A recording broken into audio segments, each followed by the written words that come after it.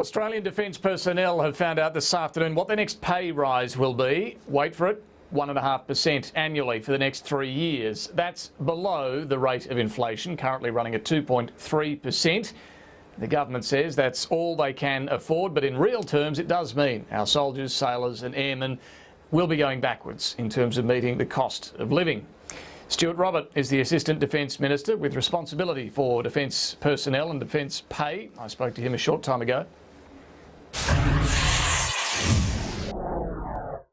Minister, thank you for your time. Is 1.5% a fair pay rise in your view?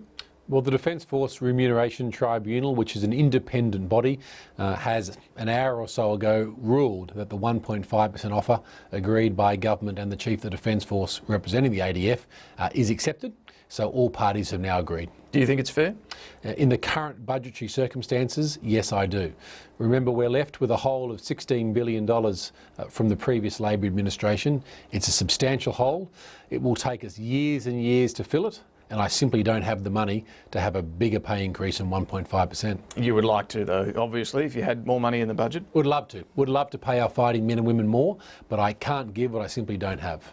Well, Labor says a 4% increase was budgeted for. What happened to that?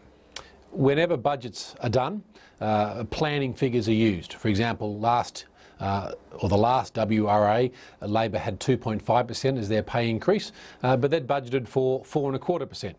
So they're not on sound ground when they talk about planning figures and then the reality. But even a 2.5% increase would have been just above inflation.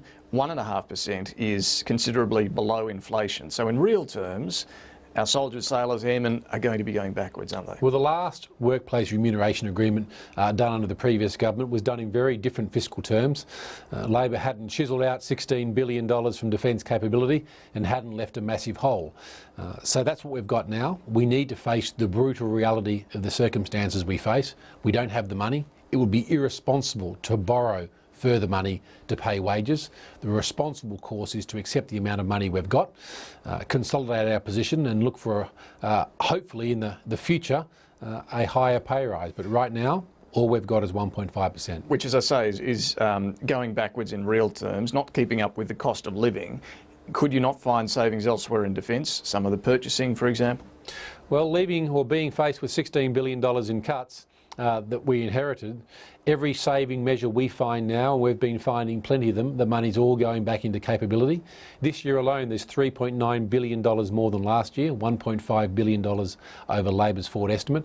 Even that hasn't touched the sides of the hole we've left. This is not about finding some savings to pay our people more, although we'd love to. We've got a massive capability hole we have to fill. To be clear, this also applies to those who are going to be serving overseas, including those taking up the fight against Islamic State? Well, those who serve overseas, of course, have a range of allowances. None of that have changed. So they're getting substantial amounts tax-free for those who are in the fight right now.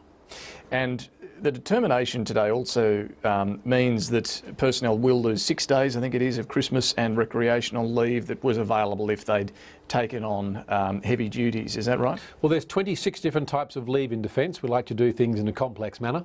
One of them is extra recreational leave. That's being taken away because it wasn't applied fairly. Some services used it, others didn't. There's a leave called short leave that does exactly the same thing. If you're working hard or in arduous circumstances, extra recreational leave could be given or short leave could be given. We're simply removing ERL because it wasn't being used uniformly and keeping the short leave alternative there, so people who are working long hours will not be disadvantaged in any way, shape or form. You say this is all necessary because of the budget situation. Is it not worth, for the sake of our defence personnel, staying in deficit for longer, or at least taking a hit on this so that they're not going backwards? Well, in 06-07 there was an increase to our defence personnel payment-wise called the General Officer Pay Grade and the General Other Ranks, GOPS and GORPS, because we love acronyms, that actually began to make sure that the wage offering was very firm. But of course it's a total offering for our people. Housing is subsidised by 50%. We've introduced the free ADF healthcare, up to $400 per dependent in terms of rebates for a range of ancillary health costs. It's a total package we provide to our people. Stuart Robert, thank you for your time. Great pleasure to be